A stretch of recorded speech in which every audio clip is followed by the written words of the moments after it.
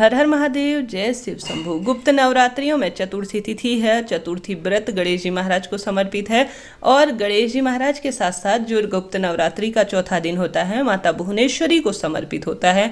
माता भुवनेश्वरी को हलवा और पूड़ी खूब प्रिय होता है। माता रानी की सुंदर छवि है और धरती को जो है वह सभी सुख प्रदान करने वाली माता मानी जाती है। ऐसे में अपने परिवार में सुख समृद्धि के लिए कुछ सरल से कार्य प्रत्येक महिला और पुरुष को इस दिन करने चाहिए। हालांकि आप इस व्रत को नहीं करते, जैसे कि चौथ व्रत नहीं भी कर पाते, परंतु यह तिथि गणेश जी महाराज को समर्पित है चौथ व्रत, और उसमें गुरुवार का पढ़ना अपने आप में विशेष है। कुछ सरल से कार्य आपको बहुत सारा सुख देंगे, जीवन में सुख समृद्धि देंगे और दुख दरिद्रता का नाश कर देंगे। तो देर न करते हुए शुरू करते हैं। आप सभी गणेश जी महाराज के सच्चे भक्त हैं तो कमेंट्स बॉक्स में हर हर महादेव या जय श्री गणेश या जय माता दी लिखना न भूलें। आरंभ करते हैं। ऐसे में आप सभी को एक पहला उपाय करना है। जो अभी गुरु जी की कथा चल रही है ना, जो नंदीश्वर शिव महापुराण कथा, उन्होंने मैं हाल ही की कथा में परसों ही यह बात बताई है, एक दुर्वा और बेलपत्र का।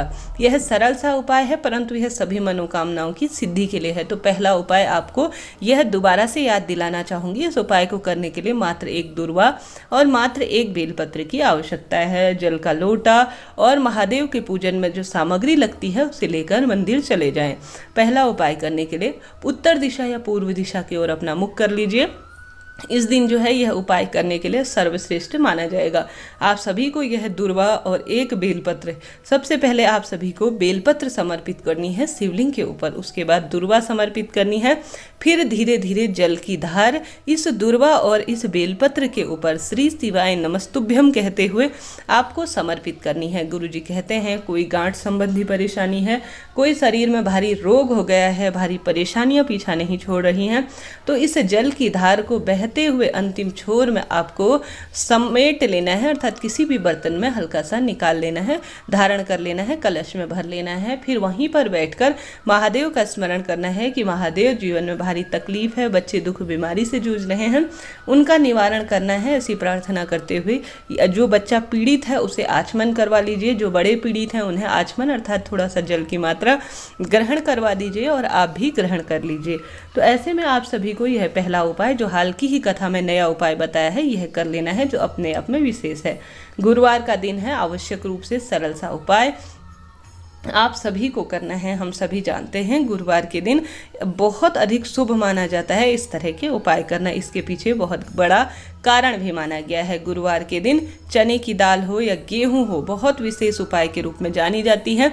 तो उपाय करने के लिए आपको गेहूं लेने हैं। गेहूं जो है स्वर्ण के समान सुंदर माने जाते हैं और महादेव पर समर्पित करने से, उपाय करने से बहुत सारा सुख हमें प्रदान करने वाले होते हैं। तो दूसरा उपाय गेहूं का करना है। मात्र 5 दाने आपको गेहूं के लेने हैं और थोड़ा सा लेना है गुड़। आपको जो है गेहूं और गुड़ लोटे में, जो जल का पात्र है ना, उसमें समर्पित कर देने हैं, अर्थात थोड़ी देर भिगाकर छोड़ देना है।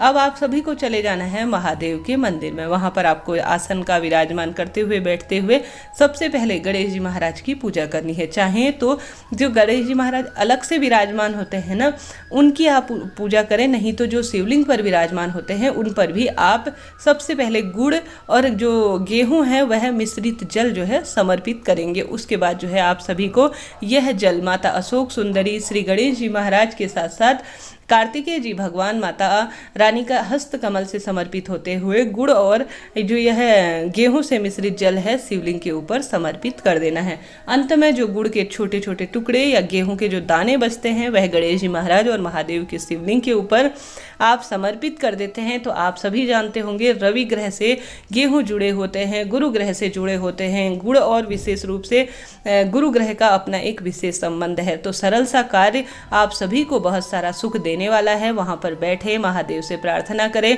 कि महादेव हे गणेश जी महाराज बल बुद्धि विद्या दे, जीवन में रोग दोष को काटें और मेरे घर में रिद्धि सिद्धि करें। ऐसा कहते हुए वहां पर बैठकर आपको प्रार्थना करते हुए यह सरल सा उपाय कर लेना चाहिए। तो यह 2 उपाय हैं जो बहुत सरल मैंने आपको बताए।